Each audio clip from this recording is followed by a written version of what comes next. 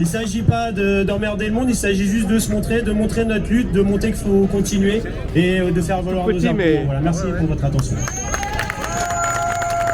Pour l'UNSA, 8e journée de grève et de mobilisation, et on est encore là. Une fois de plus, une fois encore, on est toujours présent et toujours mobilisé.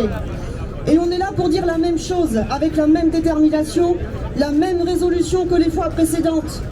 Pour l'UNSA et pour toute l'intersyndicale, toujours unie.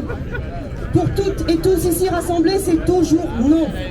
L'opposition à la réforme, en dépit des inconvénients que provoque la grève dans tel ou tel secteur, se maintient toujours très haut et le soutien à la mobilisation ne faiblit pas. Le gouvernement a voulu nous pointer du doigt comme étant responsable des blocages, comme voulant mettre à mal le pays. Ils ont voulu retourner l'opinion publique contre nous. Mais regardez-nous aujourd'hui. Le président, son gouvernement multiplie les bras d'honneur à notre mobilisation aux milliers de salariés et use de tous les artifices pour éviter les confrontations et les débats. Tout l'arsenal parlementaire y est passé. Rien n'est encore joué. Les parlementaires et en particulier les députés devront se prononcer sur le texte. Certains ou certaines peuvent encore s'abstenir ou se faire porter balle.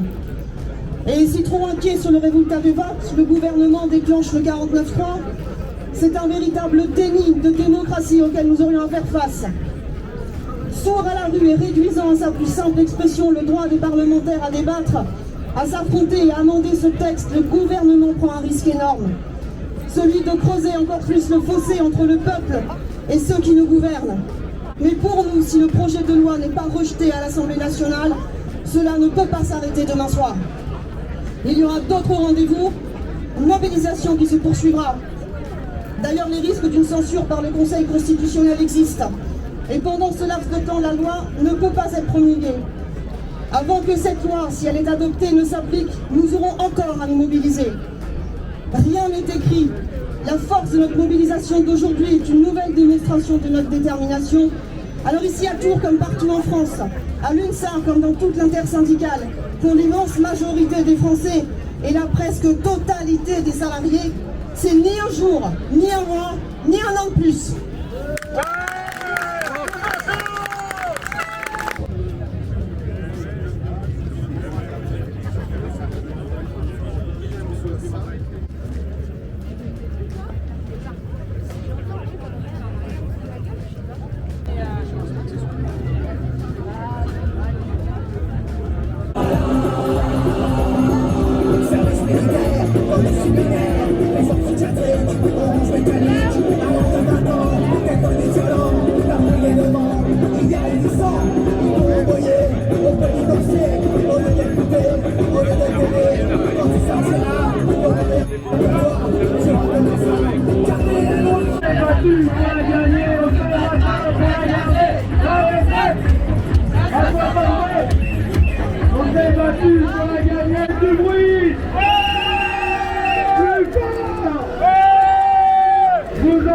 Vous êtes fatigués? Non! Alors on continue! Ouais! Faites du bruit!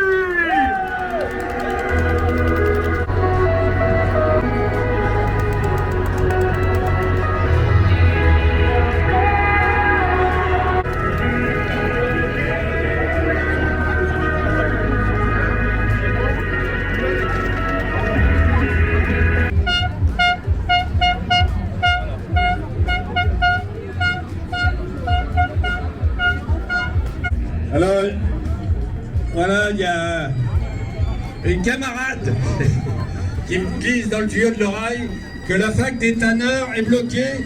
Ça, ce sont aussi des signes de la mobilisation. Il n'est pas temps de se résigner. Voilà. Demain, nous nous retrouvons devant la mairie à midi. On est à leurs ordres. Voilà. On pourrait aussi imaginer des blocages des péages. Le blocage de la circulation des matières premières dans le pays, ça pourrait passer par là. Ne doutons pas, très rapidement, qu'ils intègreront le planificateur de l'Élysée pour que celui-ci avance son projet de aboutir. Monsieur? Écoute, je vois que tu me parles. Il faut me parler de tonton Prince. On l'appelle révolution permanente. C'est elle que l'on m'abraque, que l'on poursuit de nos bras. C'est elle qui se soulève, qui se presse, qui nous donne envie de vivre, qui donne envie de la suivre jusqu'au bout. Jusqu'au bout.